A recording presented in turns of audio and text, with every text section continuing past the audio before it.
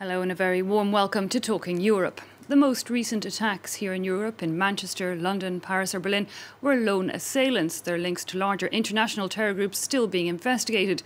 But large or small, terrorists are striking across the bloc. New security measures are put in place, extra police on the streets, more checks on luggage, more scans to walk through. And there's a new frontier in the fight against terrorism and crime, a virtual one.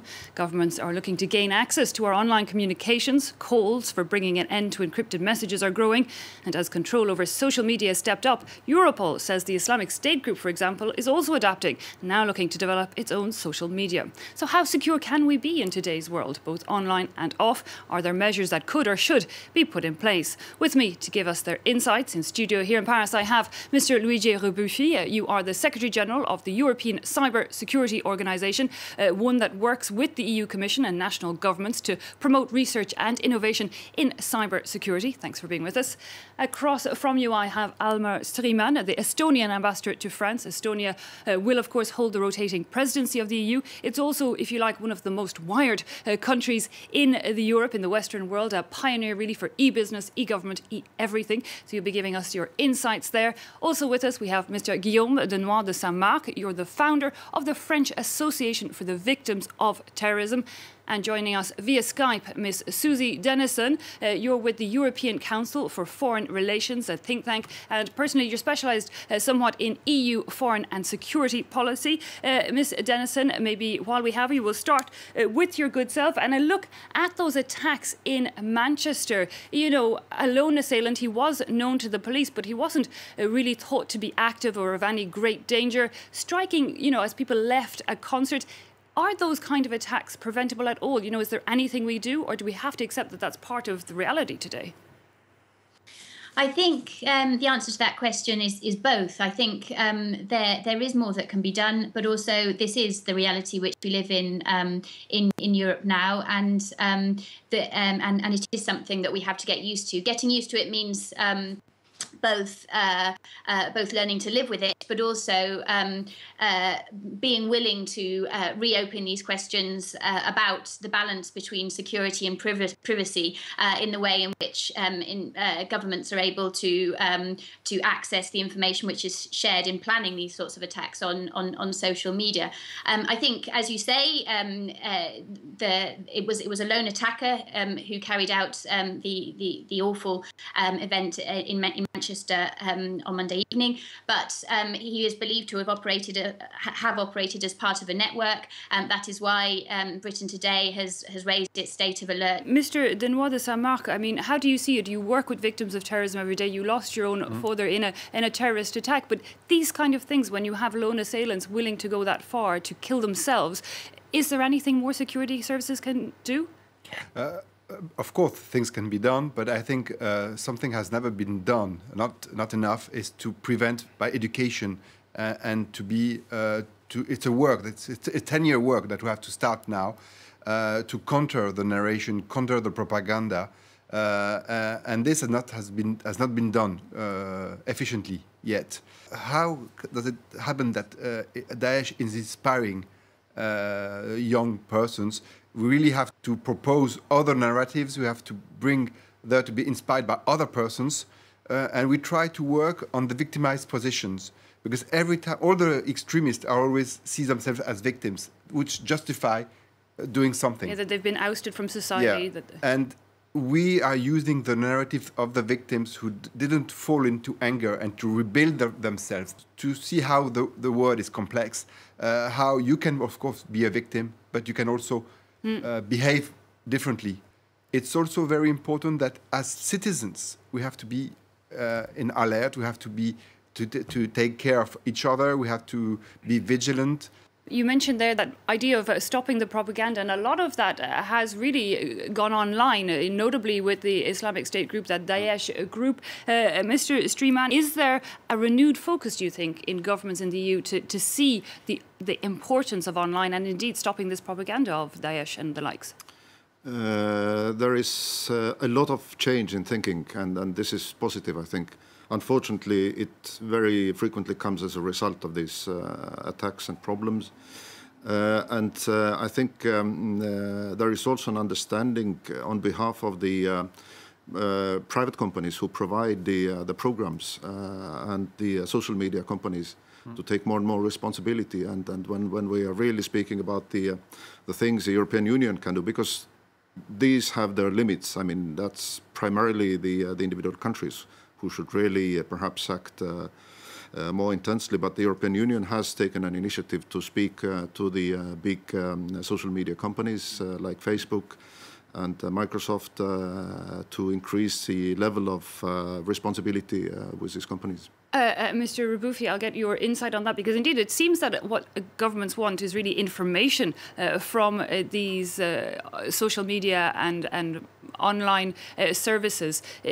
Is that really, though, going to make us more secure, the more information the government has? There's a sharp line between privacy and security. Yeah, that's a different border to define between fundamental right, privacy and information that the government, but also the private sector, the law enforcement and the private sector will manage, and how this will be managed, this information. Today, a lot of information is collected by the private sector. So the internet providers, but also the critical information, the critical infrastructure operators, because they know how the people who is going where and how and so on. This is sensitive information, touching maybe privacy issues, but this is also fundamental to see what are the potential area for threats. If you have more information and this is managed correctly, maybe you can prevent and see how to monitor certain dangerous person,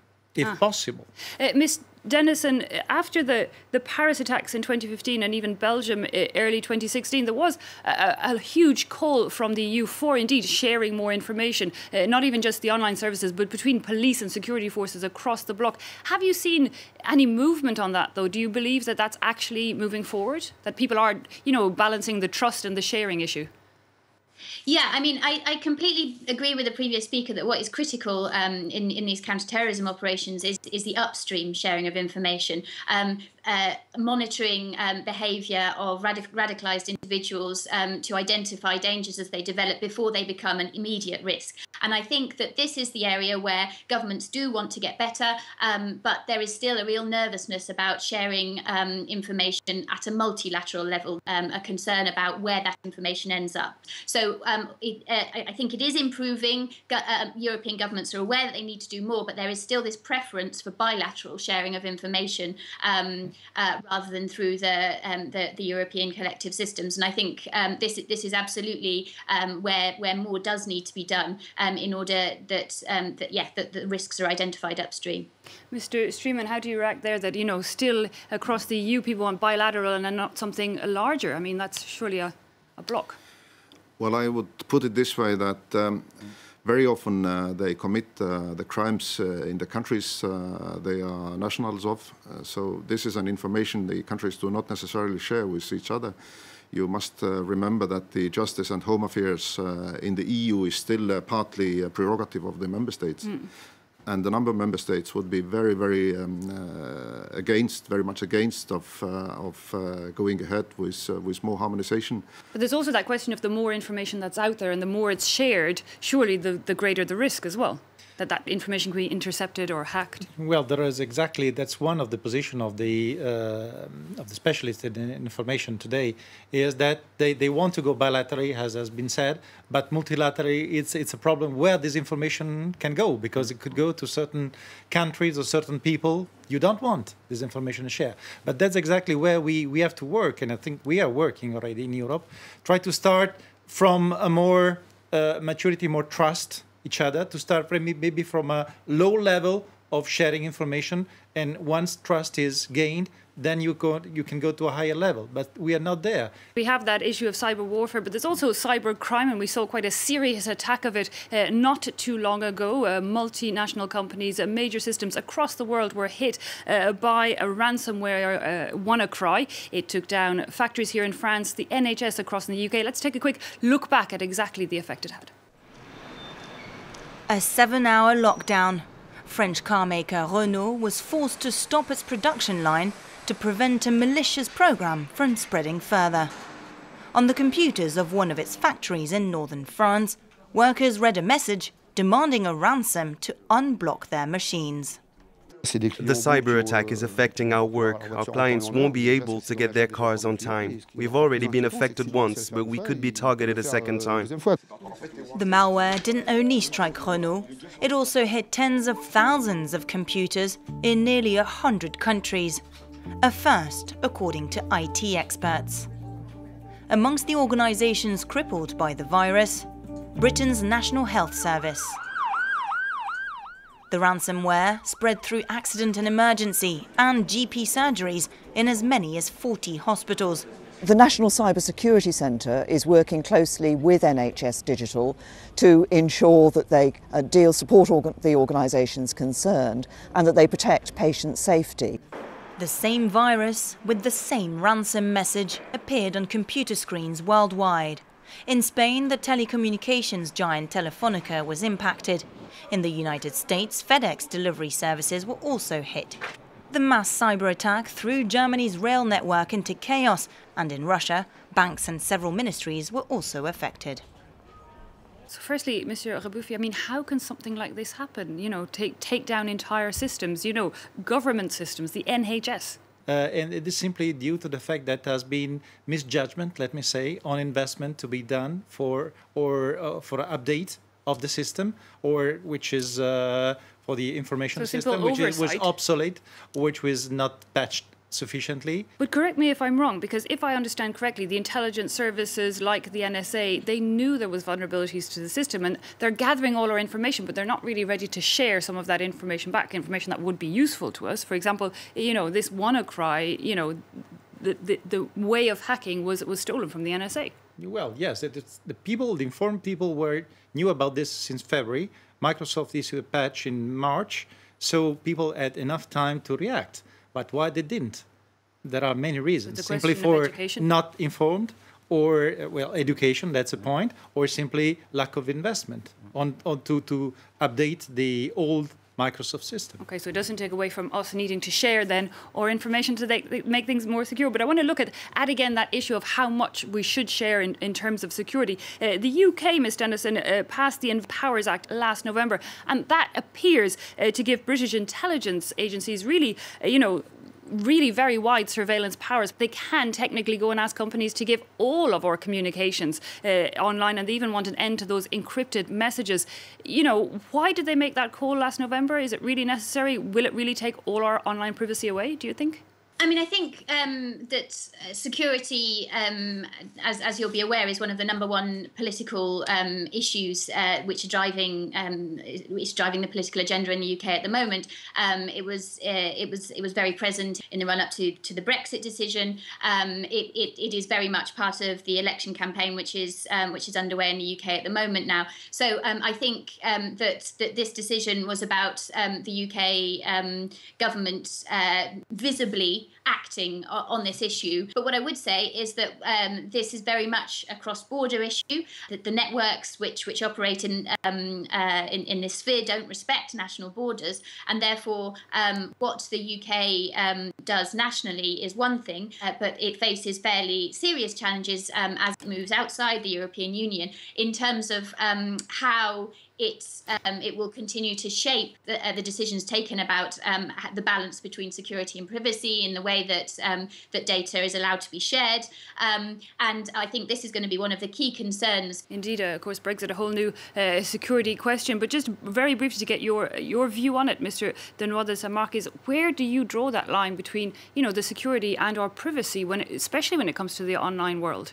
Yeah, of course. We want still to be in an open world. That's why we have to accept some of the risks. We have to minimize the risk, but we don't want also all our privacy to be out of possibility, because that would be a way for the terrorists to win. So the balance is very narrow. It's a very complicated question, because it can be opened on anything. Do I have to show all my belongings when I go to the concert? Do I have to share all my information that we have on internet? Yeah, Mr. Streeman, Estonia really was hit by a fairly serious cyber attack back in 2007. The defense ministries, banks, medias, companies were all, blocked, if you like. how does Estonia, I mean, I imagine then it really looked at the issue and, what kind of measures has it put in place? Yes, these 2007 attacks were, of course, relatively primitive these times, and today we are looking into totally different situations. But in my country, really, it was kind of an alarm clock, which set a lot of changes into movement. And again, when we speak about the cybercrime, and we have to distinguish it from the things which are happening on cyber defense and perhaps the control and surveillance of criminally punished persons or dangerous persons.